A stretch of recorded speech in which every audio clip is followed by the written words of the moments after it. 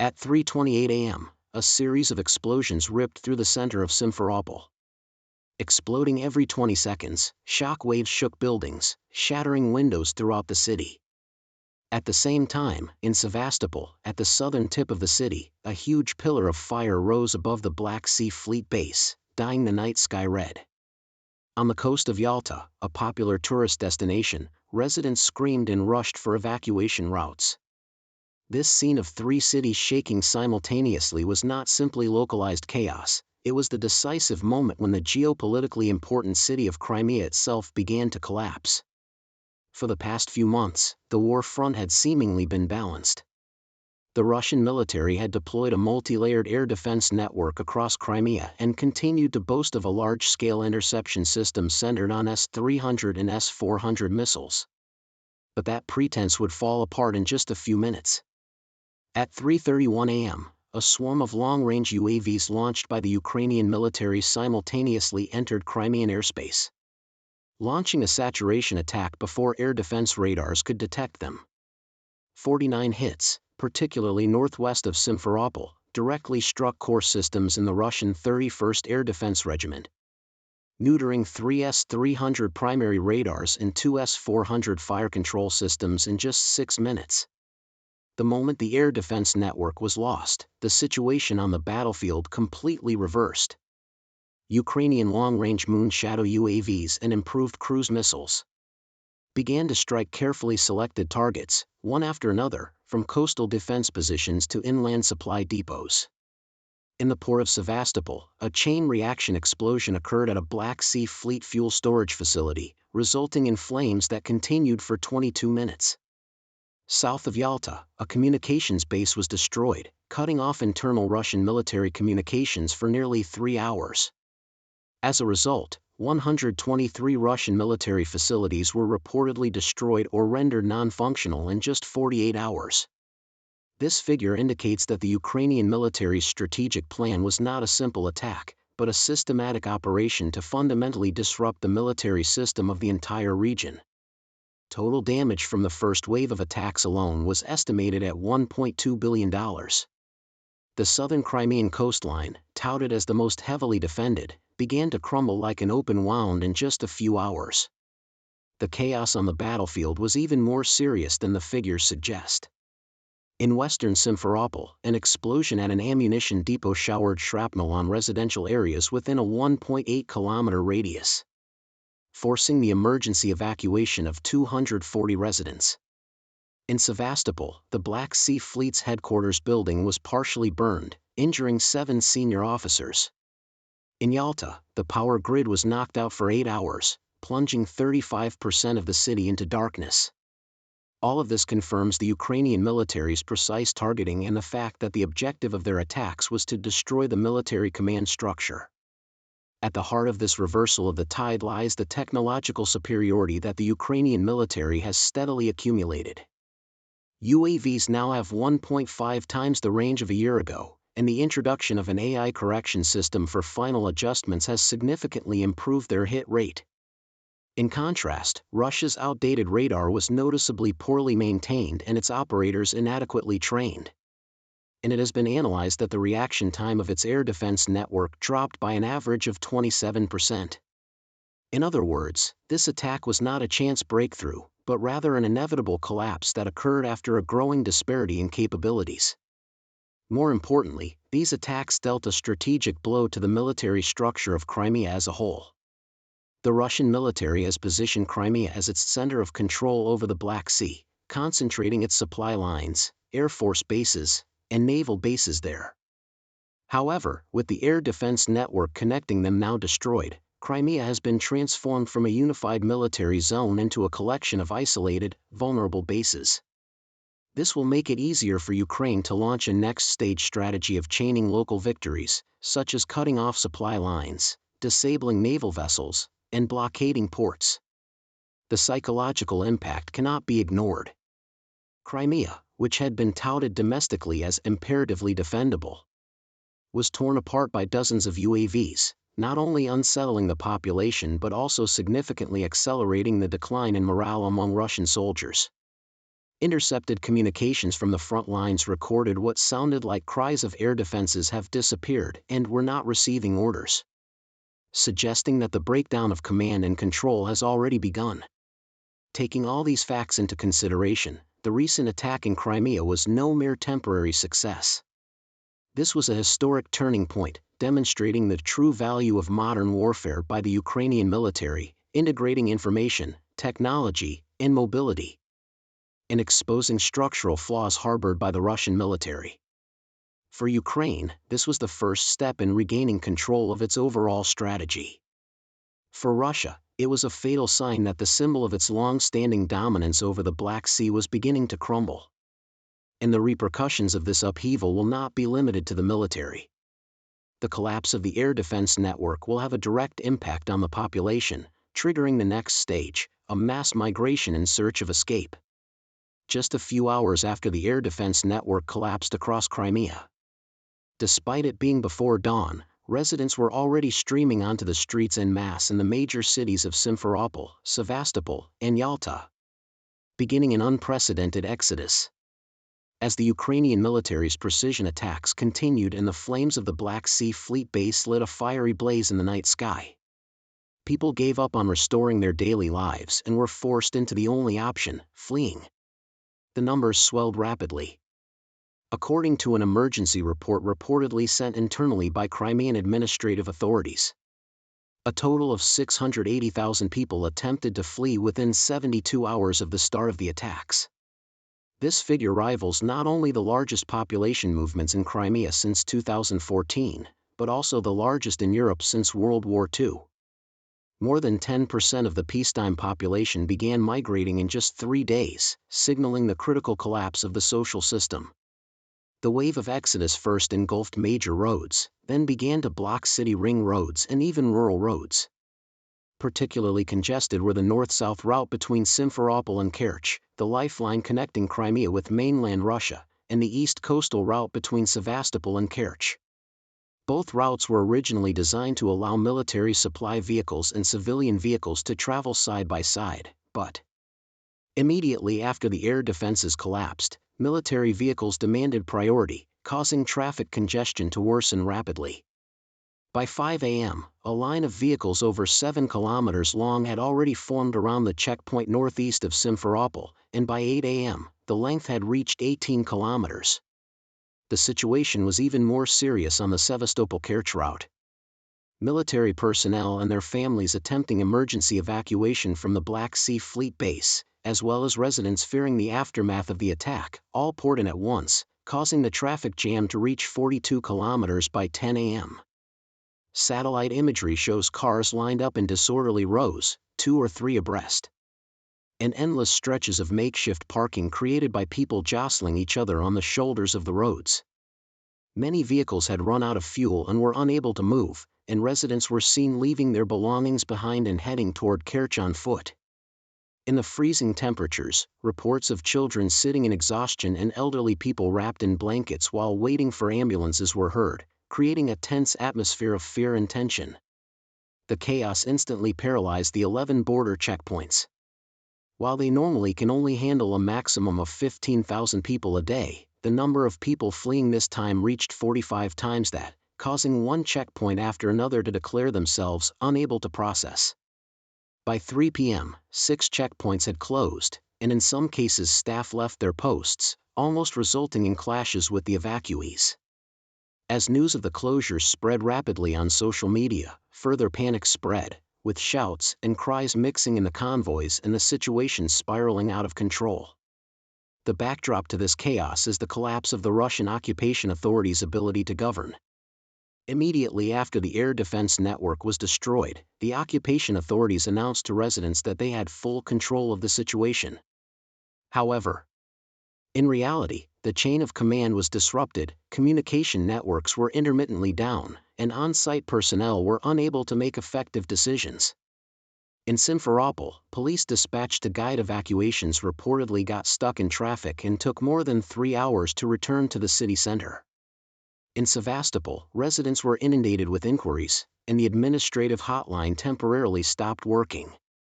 Amid this information blackout, unconfirmed reports such as the Black Sea Fleet has been destroyed and Ukrainian forces have reached the edge of the city spread on social media, fueling fear at an accelerating rate. Footage recorded near Yalta symbolizes the residents' psychological limits. Several families were seen abandoning their belongings in a convoy of cars lined up on the coastal road and beginning to walk north. The combination of fuel shortages and traffic congestion meant that evacuation by car was deemed impossible.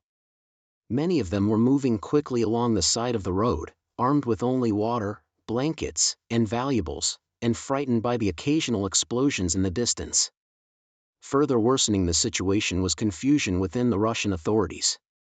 At some checkpoints, conflicting orders between military and police led to arguments over the direction of civilian vehicles. Russian military forces demanded priority for military personnel and their families, which resulted in civilian convoys coming to a complete halt, bringing anger to a near explosion. In fact, at a checkpoint near Sevastopol, tensions were reported to have escalated to the brink of armed intervention after residents argued with soldiers. The sudden increase in exodus has had a serious impact on Russian logistics. Logistics vehicles were blocked by civilian convoys, effectively blocking supply routes, significantly delaying the redeployment of forces and the repair of damaged facilities. This will inevitably put pressure on the military infrastructure throughout Crimea from within, causing a serious chain reaction on the future course of the war. In other words, this exodus is not simply a humanitarian crisis, it is a strategic collapse that undermines the Russian military's very control. Most seriously, the occupying authorities have completely lost the means to regain the trust of the local population. The collapse of the air defense network, confusion over information, closed checkpoints, and endless convoys, all of these factors have instantly shattered the fiction that Russia has maintained that Crimea is stable. The perception that Russia cannot protect us is spreading among the local population, and psychological alienation is rapidly progressing. Given this situation, the exodus from Crimea is not simply a flight of refuge, it is conclusive evidence that the foundations of the occupation are crumbling. Ukraine's tactical success has directly impacted the psychology of the local population and exposed the fragility of the Russian occupation regime, entering a new phase in the war as a whole. As 680,000 people attempted to flee Crimea simultaneously, the biggest bottleneck became the Kerch Bridge, the only massive piece of infrastructure connecting Crimea to mainland Russia. The moment the convoys from Simferopol and Sevastopol joined the bridge, the entire route leading to the bridge was completely paralyzed, and the bridge, which had once functioned as a logistics artery, was transformed into an inescapable cage. At 7 a.m., the convoy's speed reached an abnormally high 200 to 400 meters per hour on the western approach to the bridge. A distance that would normally take less than 2 hours to reach from Simferopol now took 24 hours to reach. Residents living near the bridge complained that the time spent stationary was longer than the time spent moving. Analysis of satellite data and on-site footage showed that vehicles were chained together for up to 42 kilometers on the north-south route leading to the Kerch Bridge, creating a static space from which it was impossible to move or turn back. At the front line of the traffic jam, vehicles ran out of fuel one after another. Many of the vehicles that had been running their engines since the previous day had run out of gas and began to be abandoned en masse on the side of the road. This chain of obstacles further restricted the mobility of the convoy, completely trapping the refugees streaming in from behind. As the night wore on, children shivered from fatigue and cold in cars that had lost their heating, and relief vehicles remained stuck in the traffic jam, unable to move. Near the bridge, a family with a baby abandoned their car. People were even seen attempting to advance on foot. These extreme conditions eventually led to clashes between residents. In several areas of the congested zone, fights broke out over food, and bread and water sold at makeshift markets disappeared within minutes. In some cases, prices were reported to have skyrocketed to more than 5 times the normal level, and residents' anger, a mixture of hunger and frustration, gradually exploded. During the night, a series of small-scale assaults occurred among the convoys, forcing local police to admit in an internal communication that maintaining public order was difficult. Further exacerbating the chaos was the enforced one-way traffic implemented by the Russian military. Military authorities completely closed off some lanes leading to the bridge to give priority to military personnel and troop transport vehicles, attempting to push back civilian convoys. However, with hundreds of thousands of refugees already clogging the roads, the blockades only served to exacerbate the congestion several times over. Residents shouted angrily, arguing with soldiers, and in some places, tensions rose to the point of stone throwing. Russia's intention was to prioritize the evacuation of its troops, but the reality was uncontrollable chaos, solidifying residents' distrust. Even more serious, this confusion has led to a logistical breakdown within the Russian military. Military bases in Crimea procure most of their fuel, ammunition, and food from Rostov and Krasnodar via the Kerch Bridge. However, with all routes to the bridge now clogged with refugees, supply vehicles were unable to access the bridge, let alone the coastal road. With the air defense network destroyed, materials and technical personnel needed to repair facilities could not reach them, and ammunition reallocation to frontline forces was halted. This resulted in serious ammunition shortages at multiple bases, halting the Black Sea Fleet's mission preparation cycle. The moment the military's logistical support capabilities are completely paralyzed, the war situation changes from a simple attack to structural collapse. Of particular importance is that with the loss of functioning of the Kerch Bridge, the entire Crimea has effectively fallen into a state of semi-isolation. The Russian military has overhyped the bridge's safety, treating it as a symbol of strategic stability, but in reality it is an extremely fragile logistical structure dependent on a single artery. This weakness has now been exposed in one fell swoop, and the longer the blockade around the bridge continues, the exponentially worsening the combat effectiveness of the Crimean troops. The psychological state of the residents was also reaching its limits.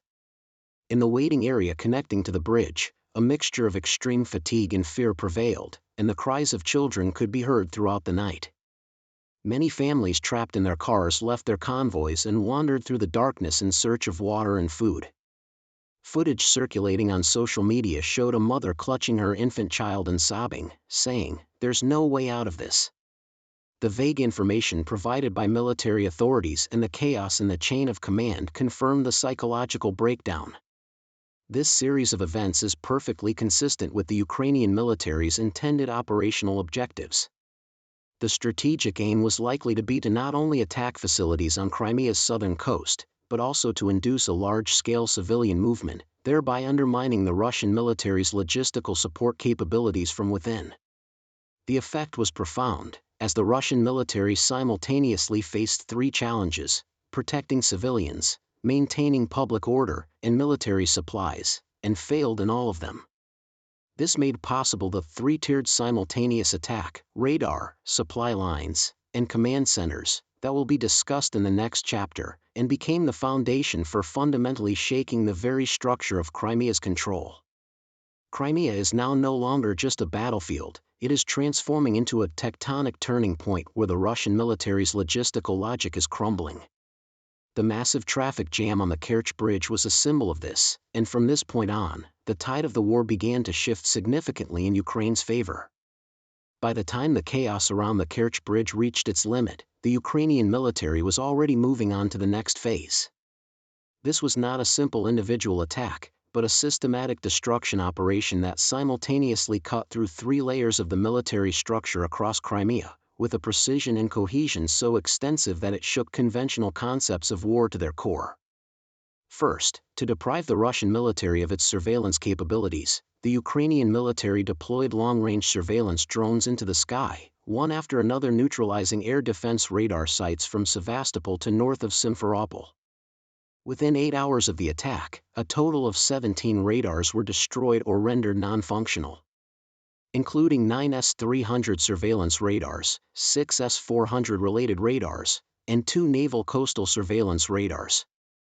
This completely deprived the Russian military of any means of understanding the situation over Crimea. In particular, the moment the large early warning radar north of Sevastopol went silent, the Russian military was unable to even determine what was approaching, let alone formulate an interception plan. Internal Air Force communications logs repeatedly recorded panicked statements such as, "We can't see the situation and we can't give orders." As if to add insult to injury to the blinded Russian forces, the Ukrainian military launched a second, concentrated attack on the fuel supply network. HIMARS and Storm Shadow missiles were deployed based on accumulated data to inflict maximum damage with the minimum number of rounds, resulting in the explosions of 12 fuel storage facilities within 24 hours. In particular, at a naval fuel base east of Sevastopol, 4 precision missiles triggered a chain reaction that ignited an estimated 42,000 tons of fuel. The resulting flames were visible from Yalta, 20 kilometers away.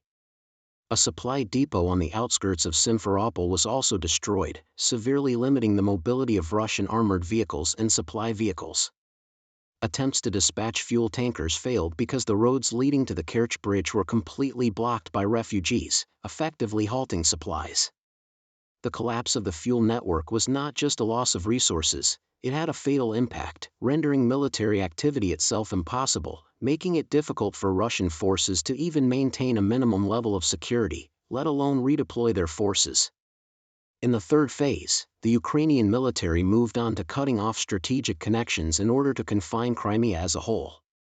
Rather than direct bombing, this involved a highly sophisticated psychological and logistical strategy, calculating the traffic paralysis caused by a mass exodus of residents and maximizing that confusion, thereby cutting Crimea off from the outside world.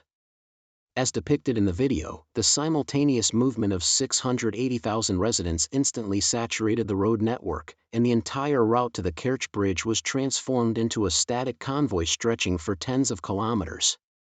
The Russian military enforced one-way traffic restrictions to give priority to military personnel and supply vehicles, but this only exacerbated the congestion, sparking anger and distrust among local residents and completely destroying the road's functionality. As a result, the Russian military was unable to even get its supply vehicles close to the bridge, and ammunition, repair personnel, technical materials, and other essential elements of its military might remain blocked from reaching Crimea. This was not a bombing attack, but a natural logistical disruption from within, and just as intended by the Ukrainian strategic staff, the Russian military lost its logistical capabilities due to a loss of control. As these 3 layers of destruction unfolded simultaneously, the Russian military simultaneously lost the foundations of its military, intelligence, command, and logistics. The loss of radar eliminated its ability to monitor the skies, the destruction of the fuel network robbed it of mobility, and the paralysis of transportation networks halted supplies and repairs. The Sevastopol command center recorded communications outages 27 times, and each unit repeatedly reported that they could not receive orders, completely destroying organizational unity. The command center north of Simferopol went offline due to the combined effects of electronic jamming and physical destruction, paralyzing the entire command center for more than 48 hours. This chain of collapses clearly demonstrates that, despite its apparent size, the Crimean defense network possessed extremely weak joint operational capabilities. The specific damage caused as a result of the 3-layered attack was as follows. 17 radars were destroyed, 8 command posts and headquarters were rendered inoperable, and 12 fuel storage facilities exploded, destroying a total of approximately 42,000 tons of fuel. Furthermore, the Kerch Bridge and surrounding roads were paralyzed for more than 72 hours, completely disrupting Russian military supply routes. Such a simultaneous loss of multiple core functions on such a scale is unprecedented in recent conflicts. The so-called Crimean fortress defenses have proven to be nothing more than a house of cards, unable to withstand precision strikes and psychological operations. These series of events signify more than just a military defeat for the Russian army. They have also led to growing psychological alienation among the population, distrust of the occupying authorities, and a collapse in soldier morale, creating a chain reaction that is undermining the very foundation of Crimea's rule from within. The 3-layered destruction system created by Ukraine will go down in history as a strategic blow that, more than simply physical destruction, robbed the enemy of their spirit and organizational integrity. As the 3-layered destruction operation unfolded across Crimea, destroying communications, supplies, and air defense, it was not military equipment that collapsed most dramatically, but the minds of the people themselves. Immediately after the sounds of explosions rang out incessantly, residents were seen fleeing their homes in Simferopol, without even time to pack their belongings, and rushing, half-dazed, onto the main roads. The decision to evacuate was not planned, but rather driven by instinctive fear and confusion. Images of children running out without shoes and elderly people getting into cars in their pajamas were recorded across the area.